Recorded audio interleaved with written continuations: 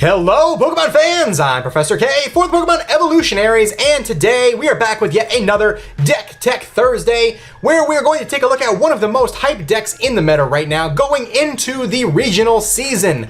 We do have Orlando Regionals coming up in October, which we will be attending, thanks to you guys for your donations here on our Twitch stream that we did the previous Friday.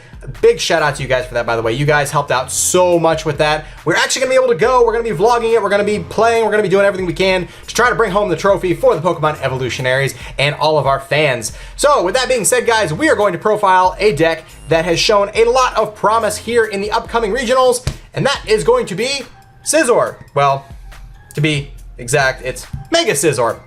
But we're going to be taking a look at that here. It's a very powerful deck. It doesn't have a lot of issues with a lot of the decks, except for Volcanion. It loses hardcore to Volcanion because that's what it's weak to. So you can't really do much about that.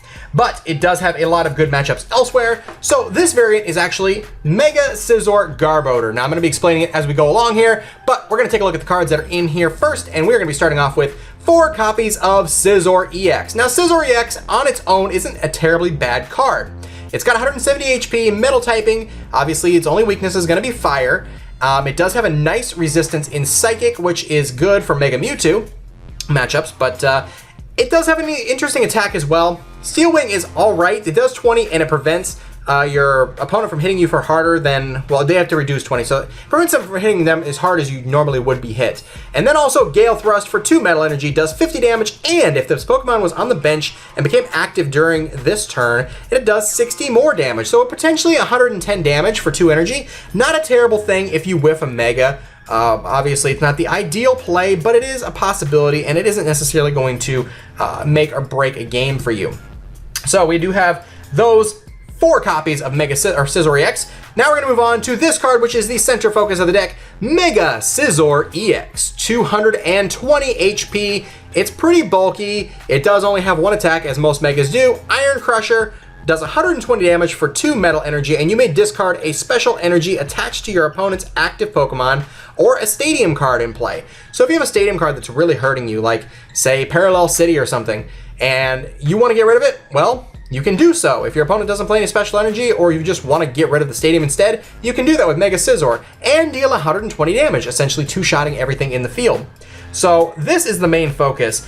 This hurts a lot of decks that run special energy really, really bad, like Rayquaza, for instance. Anything that runs double dragon energy, like Giratina, if you can Hex the Giratina and get the energy off of them, or if you can just get the energy off of them and start attacking with something else, you're essentially making them stall out the game. They can't do anything without their special energy, and if they run out of special charges, that's it. So you just got to make sure you keep doing whatever you can do, but you're gonna have to Hex them first. That's the only thing. You got to make sure you Hex Maniac that Giratina, or you're not gonna be able to do much of anything. But it's a bad matchup there in that case, but usually you're powering up faster, and this deck does run, I believe it does run a Hex Maniac, or actually no, it does not. It runs something else instead. It actually runs what's associated with this card right here, which is Trubbish. Trubbish is the pre-evolution for what we're going to be using it for, but we do run 2 copies of Trubbish here. That is from Breakpoint, is the only one that is currently usable, and we're going to be running Garbotoxin. That's what it is. For some reason, I was thinking I ran Hex in here as well, but if you don't play Garb, you can't Hex it. Anyways, Garbotoxin. Oh man, this ability is back again. And it's been around for a little while, but it didn't get played that much because of the ways you can get rid of tools. But Garbotoxin, if this Pokemon has a tool attached to it, each Pokemon in play in each player's hand and each player's discard pile have no abilities except for Garb. So with there being no way to really eliminate tools anymore, Garbotoxin is back and he causes a lot of problems. That is why this deck does not really fear Giratina. Once you get Garb out, you pretty much win the game. I mean, there's really not a whole lot they're going to be able to do against you. They can Chaos Wheel you all they want, but it's really not that serious.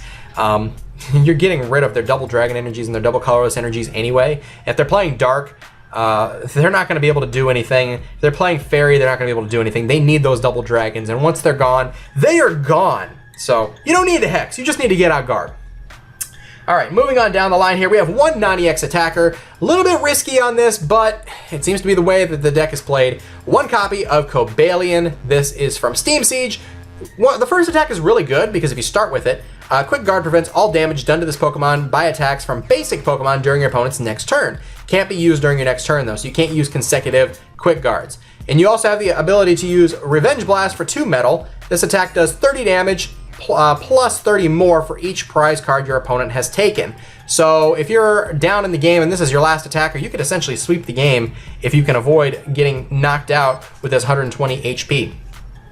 Next up here, we do have 1 copy of Hoopa EX, only going to be playing it for one thing, and that's Scoundrel Ring, where you can search out 3 Pokemon EX and put them into your hand once you bench this Pokemon. So ideally, you're going to want to put down Hoopa before you activate Garbotoxin. The real play here is on turn 2, Ultra Ball for Hoopa. If you got Garb in hand, you can evolve, but don't attach that tool, or if you have the tool attached already, don't evolve until after you play down Hoopa. You can get yourself your Scizor, Mega Scizor, and also one or both of these copy of Shaman EX. Shaman EX, I'm sorry guys, it's important for almost every single deck in the game. There might be 1 or 2 that you don't need it for, but there's really not much else you're gonna be able to do without Shaman in the competitive game. Because we are a competitive channel, we definitely wanna focus on what's competitive. Or at least I do anyways, and likes to play as rogue decks. I focus on what's top competitive. Anyways, so you're gonna Scoundrel Ring, you're gonna get out. If you have Scizor in play, you're gonna wanna get a Mega and probably a Shaman and another Scizor, or you wanna grab a Scizor, a Mega, and a Shaman. However, whatever the game situation may be, you're gonna wanna search for 3 copies of EX with Hoopa, and then Shaman will help you set up your hand even better. All right, so moving on to the supporter lineup here, we have 4 copies of Professor Sycamore. Discard your hand, draw 7 cards. Pretty standard by this point for those of you who already are familiar with this series or familiar with the TCG in general. 4 copies of Professor Sycamore gets the job done. This deck does run 2 copies of N.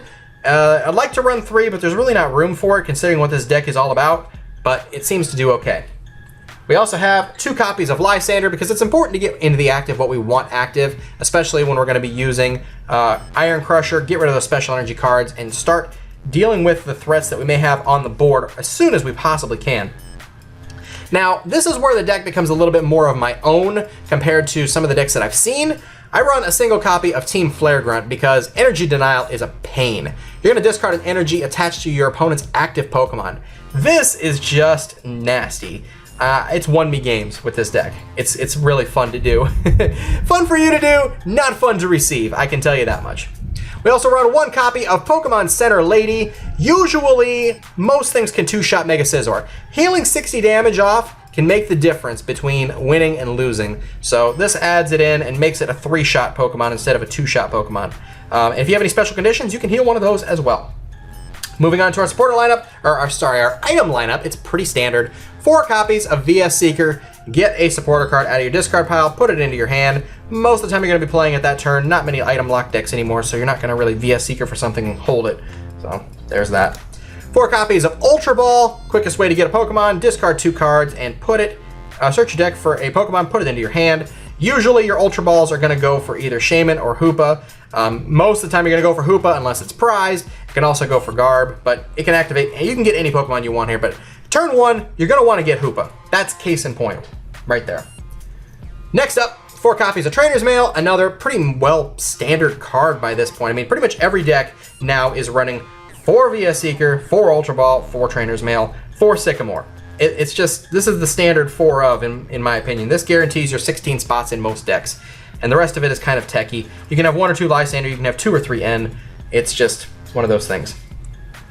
All right, so to add punishment here to our Team Flare Grunt, we also run 4 copies of Crushing Hammer. Flip a coin, if heads, discard an energy attached to one of your opponent's Pokemon. Energy Denial is what this deck is all about. Block the abilities, take the energy, and win. That's what this deck does. It's mean, it's nasty, but it gets the job done at the end of the day. Also, we have 3 copies of Scizor Spirit Link. I'd like to have 4 of these as well, but again, deck space is tight when you're doing what we're trying to do here. Most of the time, you're not going to need 4 of them, but it does help to get have 4 of these to get it as soon as possible with a Trainer's Mail or something. It'll increase your odds of grabbing it. We also have 3 copies of Floatstone. It's pretty obvious why we have 3. 2 of them are for Garb, 1 of them is for Hoopa, and if you need to, 1 of them can be for Shaman to get out of the active spot as well.